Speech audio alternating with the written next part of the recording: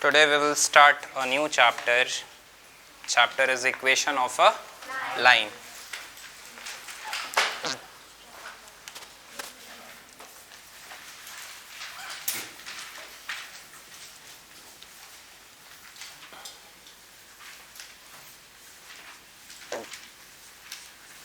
ठीक है, अब इक्वेशन ऑफ अ लाइन का मतलब क्या? जैसे समझो कि तुम्हारे पास कोई कार्टीजन प्लेन है. Look at very carefully. हमारे पास एक कार्टीजन प्लेन है, ठीक है. We consider this as x axis, right, and this is considered to be as y axis. Clear?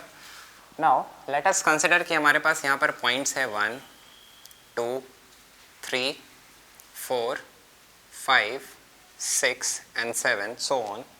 यहाँ पर भी हमारे पास पॉइंट है -1, -2, -3, -4, -5. ठीक है, इधर भी हम पॉजिटिव वाई एक्सिस की तरफ 1, 2, 3 and 4 कंसिडर करेंगे. 1, 2, 3 and 4 so on. here also -1, -2, -3 and ये बेसिक से हमारा एक कार्टीजन प्लेन है. अगर हमें इस प्लेन पर एक लाइन रिप्रेजेंट करना होगा, लाइन है हमारा y -7 इक्वल्स टू 0. क्या है हमारा लाइन? y -7 नहीं रखते, y -3 इक्वल्स टू 0. अगर हमारा ये लाइन है y -3 इक्वल्स टू 0, ये एक्चुअली इक्वेशन है. ये एक इक्वेशन है. इक्वेशन और एक्सप्रेशन में क्या फ़र्क होता है? If I would have written y -3 तो ये एक एक्सप्रेशन था. If I would have written a cube minus b cube, ये भी एक एक्सप्रेशन है. If I would have written a square minus b square, ये भी एक एक्सप्रेशन है. If I write minus b plus minus under root b square minus 4ac upon 2a, ये भी एक एक्सप्रेशन है. लेकिन if I write x equals to, then it becomes equation. Equation होने के लिए equals to होना चाहिए. तो यहाँ पर equals to है, मतलब ये क्या है? एक. So क्या हम इसे लिख सकते हैं y is equals to 3? और अगर y equals to 3 है तो y का वैल्यू 3 है कहाँ? यहाँ. तो we will just take a line passing through y equals to 3 and parallel to the x axis. इसको हम डॉटेड लिए हैं, एक्चुअली ये स्ट्रेट होगा. ठीक है, तो ये एक स्ट्रेट लाइन है which is y -3 equals to 0. तो क्या हम इस लाइन का इक्वेशन बोल सकते हैं y -3 equals to 0? Now if I take x +2 equals to 0, ये भी एक इक्वेशन है. कैसे हम बोल सकते हैं x इक्वल्स टू -2? और अगर x इक्वल्स टू -2 है तो x एक्सिस पर -2 आपको यहाँ दिख रहा है ना. तो line can not pass this way, it should pass vertically. अच्छा, ये क्लियर है? तो ये सारे के सारे हमने कितने सारे लाइन्स ही बनाए? अभी 2 लाइन्स बनाया. नाउ इफ आई से x इक्वल्स टू y, ठीक है, so x equals to y means what? कि अगर हम x का वैल्यू, अगर हम y का वैल्यू 1 लेते हैं तो x का वैल्यू भी 1 ही आएगा. If I put y value as -1, x का वैल्यू भी -1 आएगा. If I take y equals to -2, it comes x equals to -2. Means अगर हम x में 1 ले रहे हैं, y में 1 ले रहे हैं तो x में भी 1 आ रहा है, मतलब पॉइंट ऑफ इंटरसेक्शन हमारा यहाँ है. If I consider y as -1, x also comes -1. If I consider y as 2, x also come 2. तो क्या आपको लग रहा है कि ये एक लाइन, स्ट्रेट लाइन पास करेगा which is through the origin? तो ये जो हमारा लाइन है, this is y equals to x, और you can say x equals to y. और ये हमारा क्या था? x +2 equals to 0. ठीक है, तो हमने अभी तक ये सीखा कि हर लाइन का अपना एक सर्टेन इक्वेशन होता है, या फिर हर इक्वेशन का अपना एक प्रॉपर रिप्रेजेंटेशन होता है. ठीक है, एक और लास्ट बता देते हैं. If I say y equals to x square, y equals to x square, अगर आप x में -1 लोगे तो y का वैल्यू क्या आएगा? 1 आएगा. अगर आप x में 1 लोगे तो y का वैल्यू क्या आएगा? 1. अगर आप x में -2 लोगे तो y का वैल्यू क्या आएगा? और अगर x में आप 2 लोगे तो y का वैल्यू क्या आएगा? ठीक है, दैट मीन्स कि अगर हमने x में -1 लिया तो y का वैल्यू 1 आया. This is the point of intersection. अगर हमने x में 1 लिया तो y का वैल्यू क्या आया? 1, this is the point of intersection. अगर हम y में x में -2 लेते हैं तो y का वैल्यू क्या आता है? It should hear somewhat clear. और अगर हम x में 2 लेते हैं तो y का वैल्यू क्या आता है? 4। ये क्या है? 2,4, this is what? -2,4, this is what? -1,1 and this is what? 1,1। अगर हम इन सारे पॉइंट्स को मिलाएंगे so you will get something like, अगर डाउट है कि 0 से कैसे पास करा दिया सर आपने, तो आप खुद सोचो कि अगर हम x में 0 लेंगे तो y भी 0 है ना, so it should pass through 0,0। ठीक है, क्या ये प्रॉपर हमारा इसका ग्राफ होगा? It is something like this way, clear. इसे ही पैराबोलिक बोलते हैं। क्या बोलते हैं? बट लेट अस नो कि we are studying the content of standard 10th, और स्टैंडर्ड 10th में हम पैराबोलिक या हाइपरबोलिक या एलिप्टिकल या इस तरह के स्ट्रक्चर्स को, कर्व को हम लोग पढ़ाई करने यहाँ पर नहीं आए हैं। We are here to learn about straight lines, clear.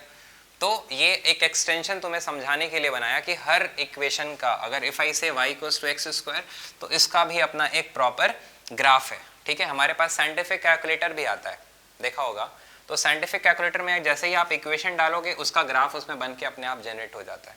ठीक है, बहुत सारे तुम्हारे एंड्रॉयड ऐप में, एंड्रॉयड मोबाइल में तुम्हारे पास एंड्रॉयड ऐप भी है जिसमें आप इक्वेशन डालोगे और वो y एक्सिस x एक्सिस के हिसाब से उसका ग्राफ आपको रिप्रेजेंट करके आउटपुट दे देता है। ठीक है, सो बहुत सारे डायग्राम्स, बहुत सारे पिक्चर्स, ठीक है, उसमें बनाने में भी ये काम आता है कि आपको स्ट्रेट लाइन ड्रॉ नहीं करना है, बल्कि आपको सिर्फ और सिर्फ क्या कर देना है, उसका इक्वेशन लिखना है, ग्राफ अपने आप बन जा रहा है। So you just need to be extraordinary कि कहाँ पर क्या इक्वेशन लिखने से कहाँ पर कैसे ग्राफ पास करेगा।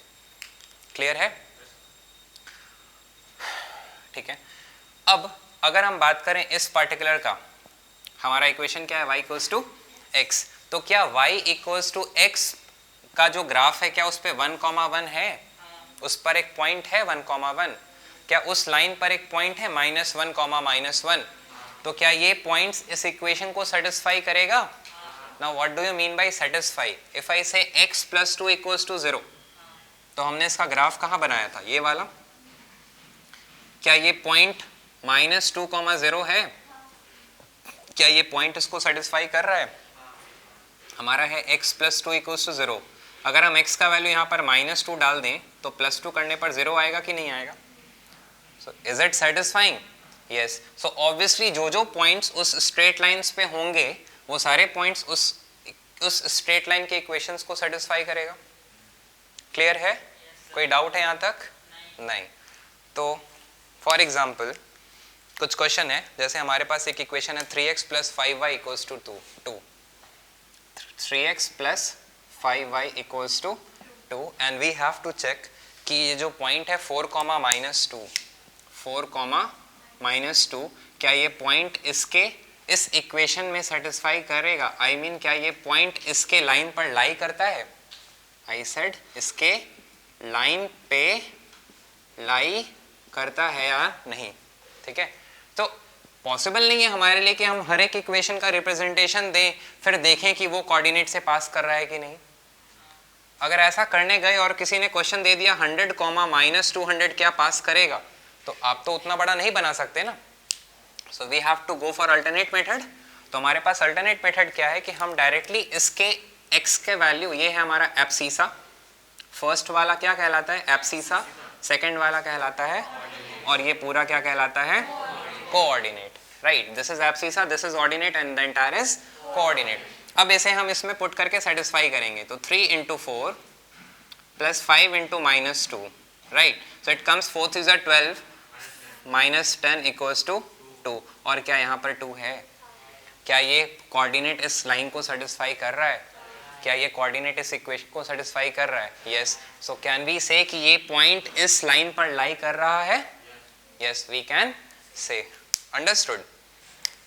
Now we have 3x - 8y = 2, 3x - 8y = 2, और यहाँ पर क्वेश्चन खुद कहा है कि दिस पॉइंट k, 2 है the value k is unknown, ये एक आर्बिट्री कांस्टेंट है। क्या है? अब आर्बिट्री कांस्टेंट मैंने बताया है कि अगर हमारे पास x होता है तो हम इसे वेरिएबल बोलते हैं, 2 होता है तो इसे कांस्टेंट बोलते हैं। लेकिन अगर आप किसी कांस्टेंट वैल्यू को किसी अल्फाबेट से रिप्रेजेंट करते हो तो we call it as arbitrary constant. तो अगर क्वेश्चन में खुद ही कहा है कि ये पॉइंट इस इक्वेशन को सेटिस्फाई करता है या ये पॉइंट इस लाइन पर लाई करता है तो can we place it? Yes.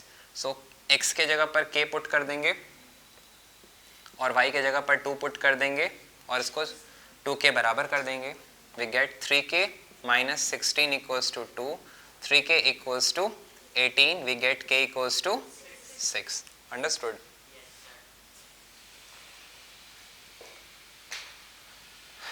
Clear?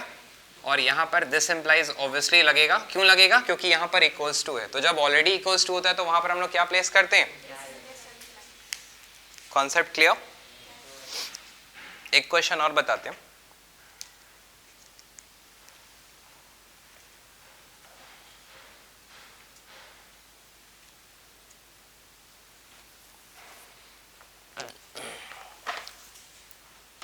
हमारे पास क्वेश्चन है, क्वेश्चन नंबर है ICC book Selina 14A, question number 11। हमारे पास इक्वेशन गिवन है 4x plus 3y equals to 1 and we have 3x minus y plus 9 equals to 0। कह रहा है इस दोनों लाइन का पॉइंट ऑफ इंटरसेक्शन, सपोज ये लाइन इस तरह से पास कर रहा है और ये लाइन इस तरह से पास कर रहा है, so there should be certain line of point of intersection। ठीक है, so we have to find that point of intersection as well। कहता है कि अगर वो point of intersection जो भी है वो अगर इस 2x अगर वो 2k minus 1 into x minus 2y equals to 4 इस लाइन पर लाई करता है, तो आप बताइए कि हमारा k का वैल्यू क्या होगा। सो let us first find the point of intersection. आपने क्लास 9th में चैप्टर पढ़ा है साइमल्टेनियस इक्वेशन, ठीक है, तो हम इसे सॉल्व करते हैं। ऐसा करते हैं, ये जो हमारा इक्वेशन 1 है और ये हमारा इक्वेशन 2 है, इक्वेशन 2 से y का वैल्यू निकाल लेते हैं। तो क्या हम बोल सकते हैं इक्वेशन 2 से 3x plus 9 equals to y, 3x plus 9 equals to y, और इसी y के वैल्यू को हम इसमें प्लेस कर देंगे। So what is our first equation? Will write putting the value of y from equation 2 in equation 1। हमारा इक्वेशन है 4x 3y, y के जगह पर क्या लिखाएगा? 3x plus 9 equals to 1। now we got equation in 2 variable और equation in 1 variable, so we can say 4x plus 9x plus 27 equals to 1, so 13x equals to minus 26, x equals to minus 2। understood? अब जब हमारा x का value -2 आ गया, हम यहाँ पर place कर सकते हैं। so we can say y equals to 3 into -2 plus 9, so it comes -6 plus 9 comes 3। तो हमारा x का वैल्यू -2 और y का वैल्यू, so that means वो जो कोऑर्डिनेट है वो -2, 3 है। ठीक है, अब ये जो हमारा थर्ड लाइन है, हो सकता है ये लाइन ऐसा जा रहा हो और ये पॉइंट इस लाइन पर लाई कर रहा है, ऐसा खुद ने क्वेश्चन ने बताया है। So we will just satisfy this point in this equation, right? So will write 2k minus 1 into -2 minus 2 into equals to 4, it comes minus 4k plus 2 minus 6 equals to 4, right? Can we say 4k को इधर ले आते हैं, okay? So this -4 and this also comes -4, clear? So -8/4 equals to k, we get k equals to -2। understood? So this is our answer। तो इस तरह से हम लोग का फर्स्ट एक्सरसाइज 14A आप पूरा बना सकते हो। हम कुछ क्वेश्चंस को डिस्कस करने जा रहे हैं। 14A का क्वेश्चन नंबर 6 हमारा क्वेश्चन है, डज द लाइन, हमारे पास एक लाइन गिवन है 3x minus 5y equals to 6, be quite. और ये बताना है कि अगर हमारे पास एक लाइन ज्वाइन है 5, -2, -1, 2, आपको बताना है कि ये जो लाइन है क्या वो इसके मिड पॉइंट से पास कर रहा है, मतलब क्या ये जो लाइन है वो इस AB को बाइसेक्ट कर रहा है या फिर नहीं। तो अगर ये AB को बाइसेक्ट करेगा तो ऑब्वियसली ये इसके मिड पॉइंट से पास करेगा, तो इसके मिड पॉइंट को M कंसिडर कर लेते हैं और इसका कोऑर्डिनेट आ जाएगा x1 + x2/2, तो 5 + -1 4 divided by 2 comes 2, -2 + 2 divided by 2 0, and then we check कि 3 में अगर हम x के जगह पर 2 पुट कर दें और 5 में यहाँ पर y के जगह पर 0 डाला जाएगा तो क्या आ जाएगा, 6 - 0 comes out 6। Yes, is it satisfying? तो इसका मतलब ये उसको बाइसेक्ट कर रहा है, तो our answer should be yes, it bisects the join of A and B। Next question number 9 देखते हैं। एक पॉइंट P है और वो कह रहा है कि एक लाइन ज्वाइन है 2, 1 and we have the other coordinate -3, 6। Point P इस लाइन को डिवाइड कर रहा है, इसे AB कंसिडर कर लो, 2:3 के रेशियो में। आपको बताना है क्या ये जो पॉइंट P है वो x - 5y + 15 = 0 पे लाई करेगा कि नहीं। तो हम यहाँ से P का पहले कोऑर्डिनेट निकाल लेते हैं। तो P का कोऑर्डिनेट का फॉर्मूला जानते हो ना, x, y कंसिडर करेंगे, mx2, so 2 × -3, 2 × -3 + 3 × 2 by m + n 5, same way 2 × 6 + 3 × 1 upon 5, clear. और फिर हमारा आ जाएगा -6 + 6/5, 12 + 3/5, इट कम्स आउट 0, 3। अब ये हमारा पॉइंट P है। अगर हमें चेक करना है यहाँ पर ये सेटिस्फाई कर रहा है या नहीं, तो हम x में 0 प्लेस करेंगे और यहाँ पर हम y में 3 प्लेस करेंगे एंड लेट अस कैलकुलेट। क्या आ रहा है, 0 - 15 + 15 = 0, और ये सेटिस्फाई कर रहा है। तो इसको बनाने के लिए हम लोग यहाँ पे LHS लिख के करना, क्लियर है। So this is how we prove that कि yes this point lies on the join of this and this. Next we are going to deal the question number 12, जहाँ पर है show that the lines 2x + 5y = 1। What is the equation, 2x + 5y = 1, and we have the next x - 3y = 6, and we have the next x + 5y + 2 = 0 are concurrent. हमारे पास 3 lines given है। अब वो जो 3 line है वो कुछ इस तरह भी हो सकता, ध्यान दोगे, this is a line L, this is line M and this is line N। अब जरूरी तो नहीं है ना कि यहाँ पर ये तीनों लाइंस एक ही कॉमन पॉइंट से पास करेगा। अच्छा, कर भी सकता है, एक लाइन, 2 लाइन और 3 line, right. So if lines have a common point जहाँ से वो तीनों लाइन पास कर रहा है, तो हम लोग उस लाइंस को कॉन्करेंट बोलते हैं कि लाइंस आर कॉन्करेंट।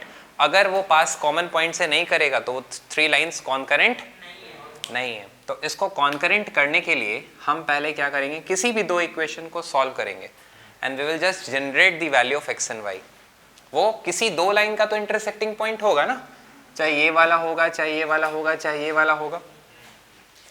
तो हम किसी भी 2 का इंटरसेक्टिंग पॉइंट निकालते हैं, let it be equation 1 and let it be equation 2। सीधा हम यहाँ पर दूसरे तरीके से बता रहे हैं, इक्वेशन 2 को डबल कर देते हैं, ठीक है।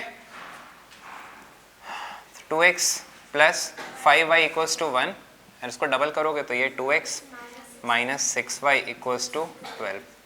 Late us change the sign, 2x - 2x cancel out, 6y + 5y comes out 11y and here -11, y का वैल्यू क्या आया, -1, okay। And now we are going to place the value of y in the either the first or the second. So second वाले में place करेंगे तो x - 3 × -1 = 6, so it comes x + 3 = 6, so it be x equals to 3. So we got a coordinate 3, -1. Now let us check कि ये जो point of intersection हमारा first और second line का है, क्या वही पॉइंट इस लाइन पे लाई कर रहा है? सो let us place the value x as 3 and y as -1 plus 2. So it comes 3 minus 5 plus 2. Is it coming 0? और ये हमारा 0 के इक्वल था. तो मतलब किसी दो लाइन का इंटरसेक्शन पॉइंट अगर थर्ड लाइन को सेटिस्फाई कर दे तो वी कैन से कि वो हमारा क्या है, वो हमारा लाइंस कॉन्करेंट है. मींस कि इन दोनों का जो पॉइंट ऑफ इंटरसेक्शन था वो थर्ड पे भी लाई कर रहा है और थर्ड पे तभी लाइन करेगा जब वो तीनों एक ही पॉइंट से पास करेगा. ऑब्वियसली सोचो ना कि अगर ये दो लाइंस का इंटरसेक्टिंग पॉइंट ये है P और अगर थर्ड लाइन का भी इसी से इस थर्ड लाइन इस पर होना चाहिए तो the line should pass through that point ना, and that is only possible when the lines are concurrent. So please pause the video to note it down. हम लोग सेकेंड पार्ट पढ़ेंगे. हमारा नेक्स्ट पार्ट है inclination of a line. Right, अब ध्यान देना कि हमारे पास अगर यहाँ पर ये एक कार्टेशियन प्लेन है, ठीक है, ये हमारा है x axis and this is our y axis. अब हमारा जो थर्ड लाइन है, थर्ड लाइन मीन्स क्या, ये तो कार्टेशियन का प्लेन है और कार्टेशियन प्लेन में हमारे पास ऑलरेडी 2D है तो दो हमने एक्सिस दिखाया. अब हमारा जो नेक्स्ट लाइन है वो नेक्स्ट लाइन हमारा इस तरह से भी हो सकता है, ठीक है, हमारा नेक्स्ट लाइन इस तरह से भी हो सकता है और जो हमारा नेक्स्ट लाइन है वो कुछ ऐसा भी हो सकता है. क्लियर हो रहा है? अब ध्यान रखना है कि हम जो एंगल को मेजर करते हैं ना वो एंगल हमेशा x एक्सिस के साथ मेजर होगा. एंगल्स हमेशा x एक्सिस के साथ ही मेजर होगा. And the next is angle हमेशा एंटी क्लॉकवाइज मेजर होगा. एंटी क्लॉकवाइज मीन्स हमारा क्लॉक इस तरह से चलता है, right. So anti clock is this way, this is anti clockwise, ठीक है. तो अगर हम देखना चाहते हैं कि ये लाइन जो हमारा है, लाइन का नाम L, इस लाइन का नाम हमने रख दिया M, तो लाइन L x एक्सिस के साथ और remember it positive x axis के साथ कैसा एंगल लेना है, एंगल को कैसे मेजर करना है, एंटी क्लॉकवाइज, ठीक है. जो लाइन L है ये पॉजिटिव x एक्सिस के साथ कुछ तो एंटी क्लॉकवाइज एंगल बना रहा होगा, ठीक है. ये लाइन जो है M ये भी पॉजिटिव एक्सिस के साथ कुछ तो एंटी क्लॉकवाइज एंगल बना रहा होगा. तो अगर आप इसको ध्यान से देखो तो अगर हम 90 यहाँ बनाते तो ये सीधा जाता है और ये एंगल सिर्फ इतना ही है, तो ऑब्वियस सी बात है ये 90 से कम है. And if I talk about this particular, इसमें ये इस तरह से है, this is perpendicular, so it is obviously more than 90. This is less than 90, this is more than 90. So if the angle is less than 90, this is called acute angle. What we call? Acute angle. And if the angle is more than 90, we call it as obtuse angle. Is there any doubt? अगर कोई line समझो कि x axis के साथ parallel है, ठीक है, अगर कोई लाइन इस तरह से पास कर रहा है which is parallel to the x axis, तो ये लाइन हम बोल सकते हैं कि जीरो एंगल बना रहा है, क्योंकि ये लाइन किसके पैरेलल है, x एक्सिस के पैरेलल है ना. तो अगर कोई भी लाइन x एक्सिस के पैरेलल होता है तो फिर उसका एंगल क्या है, जीरो. और इसी एंगल को हम लोग एंगल ऑफ इंक्लिनेशन बोलते हैं. इसका झुकाव कितना है, that is called angle of inclination. तो इसका इंक्लिनेशन एंगल क्या आया, ऑब्ट्यूस आया. इसका एक इंक्लिनेशन एंगल क्या आया, एक्यूट आया. तो अगर इंक्लिनेशन एंगल एक्यूट है so we call it as positive. Slope उसका क्या है, ठीक है. बट अगर इंक्लिनेशन नेगेटिव है तो उसे क्या बोलेंगे, अगर इंक्लिनेशन ऑब्ट्यूस है तो उसे बोलेंगे हम लोग कि उसका स्लोप क्या है, नेगेटिव है. अंडरस्टूड. ऑब्ट्यूस एंगल होगा तो स्लोप नेगेटिव और एक्यूट एंगल होगा तो स्लोप पॉजिटिव. ये कॉन्सेप्ट क्लियर. फिर एक चीज और, अगर कोई लाइन y एक्सिस के पैरेलल हो जाए, राइट, कोई लाइन इस तरह से अगर है और पूछा जाए कि इसका स्लोप क्या है, ठीक है, तो अगर कोई लाइन y एक्सिस के पैरेलल है तो फिर वो सरफेस के साथ 90 डिग्री बना रहा है, ठीक है। स्लोप क्या होता है, आप अपने घर का सरफेस देखोगे तो वो एकदम फ्लैट है, राइट। आप हॉरिजॉन्टल सरफेस पे चल रहे हो तो वहाँ पर थोड़ा सा भी स्लोप नहीं है, मतलब वहाँ पर स्लोप ज़ीरो है। तो क्या आप अपने घर के सरफेस को एक्स एक्सिस के पैरेलल कंसिडर कर सकते हो? आप ऐसे ही सरफेस पे चलते हो ना, आप ऐसे ही सरफेस से चल रहे हो ना, फ्लैट। लेकिन ये कोई सरफेस है, ये तो एकदम वर्टिकल लाइन है, इसमें कोई भी ढलाव है, कोई ज़रूरत से ज़्यादा ढलाव है, मतलब इनफाइनाइट। इसका स्लोप क्या कहलाएगा? इनफाइनाइट। इसका स्लोप क्या है? इनफाइनाइट। कुछ स्लोप इसमें है, इस पर फोर व्हीलर चढ़ाया जा सकता है ना, गाड़ी चल सकता है ना, इस पर साइकिल चल सकता है ना। तो ये पहाड़ की तरह, तो इसका भी एक अपना सर्टेन स्लोप है and this slope is positive. जबकि इसका स्लोप पीछे की ओर है तो इसका स्लोप क्या कहलाएगा? नेगेटिव, ठीक है। तो अब जानो स्लोप होता क्या है। तो स्लोप होता है tangent of angle of inclination. मैंने बताया एंगल ऑफ इंक्लिनेशन क्या होता है। तो कोई भी लाइन पॉजिटिव एक्स एक्सिस के साथ जो भी एंटी क्लॉकवाइज में एंगल बना रहा है उसे एंगल ऑफ इंक्लिनेशन बोलते हैं। अगर ये एंगल 135 डिग्री है तो इसका एंगल ऑफ इंक्लिनेशन 135 डिग्री हो जाएगा। अगर इसका एंगल 45 डिग्री है तो इसका एंगल ऑफ इंक्लिनेशन 45 डिग्री हो जाएगा। बात करें इस लाइन के स्लोप का, इसका स्लोप का बात करें, सो वी से कि स्लोप ऑफ लाइन L क्या हो जाएगा? tangent of theta, so tangent of 45 degree and we know tan 45 is 1, तो फिर इसका स्लोप भी क्या कहलाएगा? 1 है। अंडरस्टूड। अगर बात करेंगे इसके स्लोप का, so we call slope of line M, और हमें क्या लिखना होगा? tan 135, tan 135। अब आपका कहना होगा सर आपने तो tan 135 का फॉर्मूला नहीं दिया है, तो थोड़ा सा हिंट कर देते हैं, पढ़ना 11th में है। tan 135 को लिख सकते हो tan 90 plus 45, and remember always कि tan 90 प्लस थीटा हमेशा होता है माइनस कॉट थीटा, जैसे हमने सिखाया था ना। tan 90 माइनस थीटा क्या होता है? Cot theta. So now remember new formula, tan 90 plus theta equals to minus cot theta. तो हम यहाँ पे क्या लिख सकते हैं? Minus cot 45, and you know what is cot 45? 1, तो माइनस 1 है तो माइनस 1 आ जाएगा। क्लियर है? तो क्या आपने कैलकुलेट किया तो देखा कि इसका स्लोप नेगेटिव आया जबकि इसका स्लोप पॉजिटिव आया। तो जब अगर कोई लाइन पॉजिटिव एंगल बनाएगा, आई मीन एक्यूट एंगल बनाएगा, तो उसका स्लोप पॉजिटिव है, और अगर कोई लाइन नेगेटिव एंगल बनाता है तो उसका स्लोप क्या है? नेगेटिव। थोड़ा सा और क्लियर कर लो, स्लोप बेसिकली क्या है।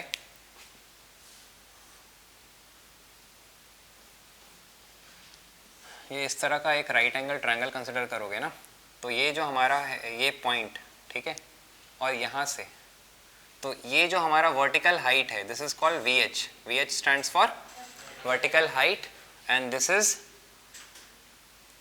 HD, समझ सकते हो, हॉरिजॉन्टल डिस्टेंस। सो vertical height upon horizontal distance का जो रेशियो होता है ना, वही हमें स्लोप देता है। तो स्लोप क्या समझ सकते हो? स्लोप क्या होता है? Vertical height upon horizontal distance, ठीक है। तो ये तुम्हें इसका स्लोप दे देगा, और ये स्लोप अगर यहाँ पर एंगल थीटा बन रहा है तो तुम स्लोप को tan थीटा भी बोल सकते हो, क्योंकि यू नो वेल कि tan थीटा क्या होता है? Perpendicular by base. सो इधर you find the direct value of tan theta और you find the ratio of P by B, you will get the same thing na. So we get basically slope, and slope is what? It is tan theta, tangent of the angle of inclination. And how we measure the angle of inclination? With the positive x-axis in anti-clockwise directions. Understood? और slope का ध्यान रखना कि slope हम लोग का formula हमने लिखा, हम यहाँ लिख दे रहे हैं। हमारा स्लोप का फॉर्मूला होता है slope equals to tan theta, and now what is theta? Theta is the angle made with the positive direction of x-axis, okay, and this slope is represented by m. Slope को represent करने का कौन सा letter use करेंगे हम लोग? m. So m is the representation of any slope. Is there any doubt? तो इसको अब हम रब करते हैं. You please pause the video to note it down. And graphical method से हम तुम्हें समझा रहे हैं कि स्लोप का फॉर्मूला और क्या हो सकता है. सपोज ये हमारा कार्टेशियन प्लेन है. This is y axis and this is obviously x axis. Consider करो कि यहां से एक लाइन पास कर रहा है. ओके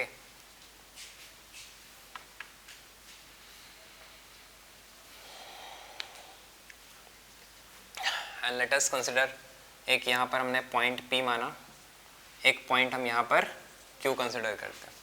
अब ये जो पॉइंट P है, ठीक है, अगर हम यहाँ से एक वर्टिकल लाइन ड्रॉ करें dotted, so will it touch somewhere the x axis?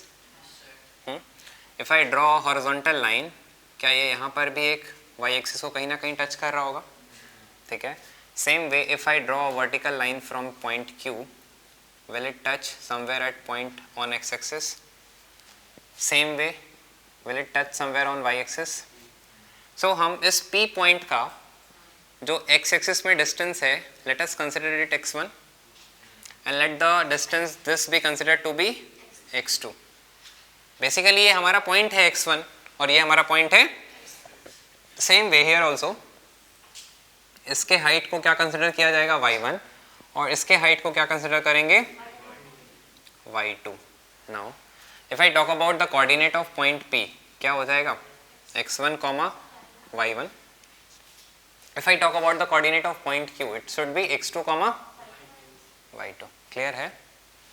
अगर हम यहाँ से एक हॉरिजॉन्टल लाइन ड्रॉ करें, so is it forming a triangle? ये हमारा एक ट्रायंगल फॉर्म किया, राइट? ये जो हमारा ट्रायंगल है, इस ट्रायंगल में अगर हम बात करें इस वर्टिकल गैप का, so this entire is y2, right, and this part is y1. अगर हम y2 माइनस y1 करें, if I fetch out the value of y2 minus y1, will get the value x2 minus x1. या ये पूरा हमारा y2 x2 है और ये कितना है? x1. तो डिस्टेंस कितना आएगा? x2 minus x1.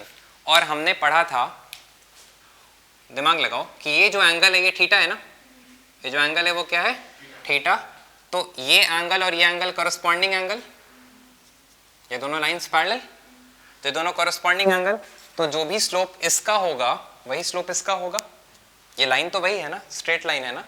तो क्या हम यहाँ से tan थीटा को बोल सकते हैं y2 minus y1 upon x2 minus x1?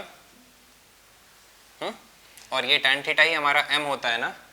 So can we say slope is equals to y2 minus y1 upon x2 minus.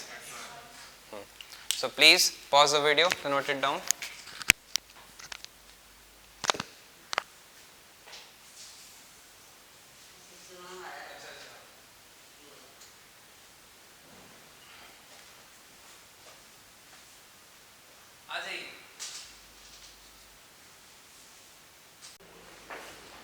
तो यहाँ पर एक चीज़ का ध्यान दोगे कि हमारा जो स्लोप है यहाँ पर y2 माइनस y1, तो हमने बताया था ना कि अगर हमारे पास कोऑर्डिनेट x, y होता है तो सेकंड वाले को ऑर्डिनेट बोलते हैं और फर्स्ट वाले को अब सीसा बोलते हैं.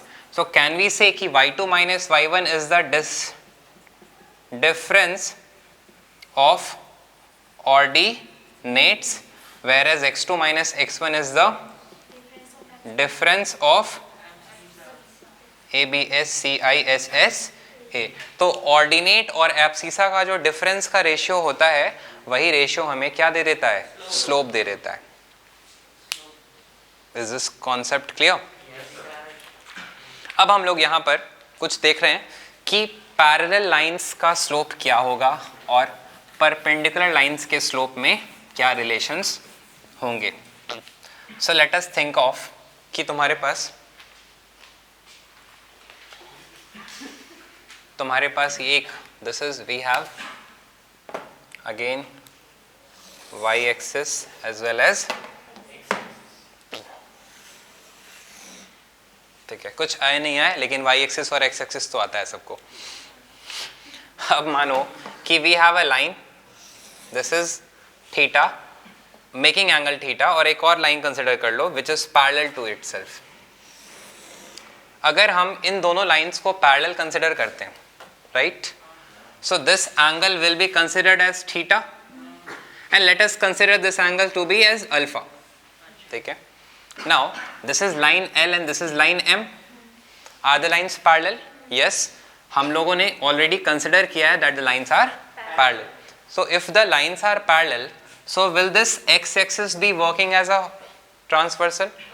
और अगर ये ट्रांसवर्सल है, so these two angles will be equal, called corresponding angle.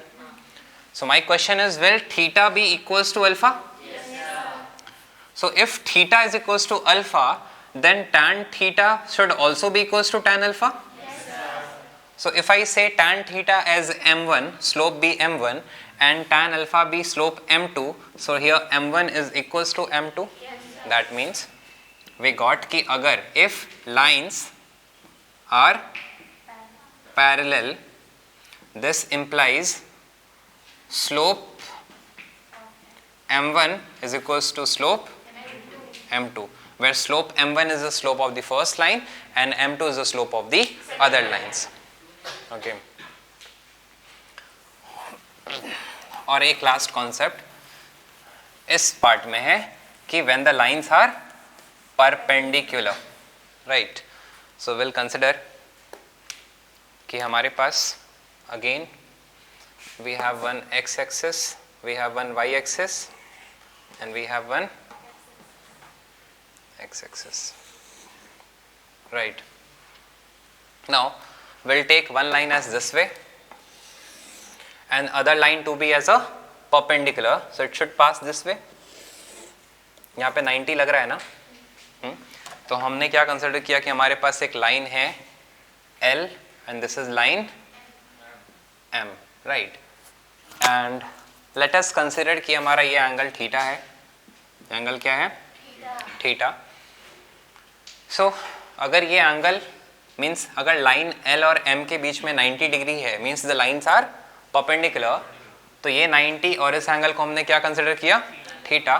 So this angle should be 90 plus theta. You know, किसी भी ट्रायंगल का एक्सटीरियर एंगल क्या होता है? Sum of opposite to interior angle. If you fetch out और take out the slope of line L, तो इसका slope क्या होगा? tan थीटा होगा ना? अच्छा, अगर हम निकालेंगे स्लोप ऑफ लाइन M, तो इसका स्लोप क्या आएगा? tan 90 plus theta, right?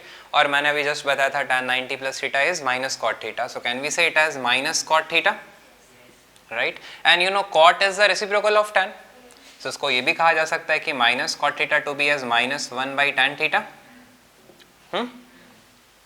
Okay,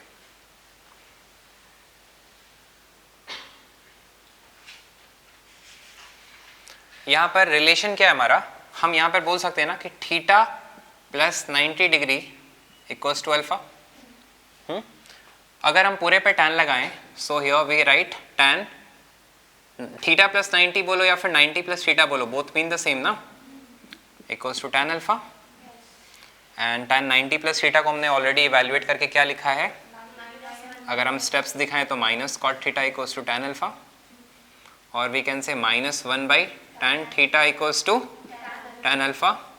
so can we say tan alpha multiplied tan theta equals to minus 1, whereas or we can say tan theta multiplied tan alpha equals to minus 1, tan theta to be considered m1, tan alpha to be considered m2 equals to minus 1. That means हमने ये जाना कि अगर lines perpendicular है तो उनके slope का product हमेशा -1 आता है। So this is the derivation section. ये सब डेरिवेशन है, आपको सिर्फ फॉर्मूलाज को ध्यान रखना है, कॉन्सेप्ट को याद रखना है कि जब भी लाइंस परपेंडिकुलर होंगे उनके स्लोप का प्रोडक्ट क्या होगा, -1, और जब भी लाइंस पैरेलल होंगे उनके स्लोप्स क्या होंगे, सेम। तो लाइक अगर हमारे पास if we say we have a line AB, we have a line AB and we have a line CD। Line AB का स्लोप दे रखा है -3। लाइन AB का स्लोप क्या है, what should be the slope of CD। तो CD का slope निकालना है, AB के स्लोप को मानो m1 और CD के स्लोप को मानो और -1 के इक्वल करो।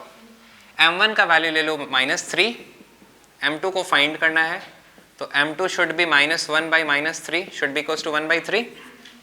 और अगर सीधा साधारण वे में बताया जाए, so there is a simple way, अगर लाइंस परपेंडिकुलर है, किसी एक का स्लोप पता है, दूसरे का निकालना है, तो -1 अपॉन उसका स्लोप लिख दो, सॉल्व हो जाता है। -1 अपॉन हमने उसका स्लोप लिखा, क्या आया 1/3। अगर किसी लाइन का स्लोप 2 है तो उसके परपेंडिकुलर का स्लोप क्या हो जाएगा, -1/2। अगर किसी लाइन का स्लोप है -3 तो उसके परपेंडिकुलर लाइन का स्लोप क्या हो जाएगा, -1/-3 मीन्स 1/3। अगर किसी लाइन का स्लोप है 2 तो उसके परपेंडिकुलर का स्लोप क्या हो जाएगा, -1/। So this is how we find the values of slope of perpendicular lines. So that's all. आप इस पे बेस्ड 14B को कवर करोगे। Thank you.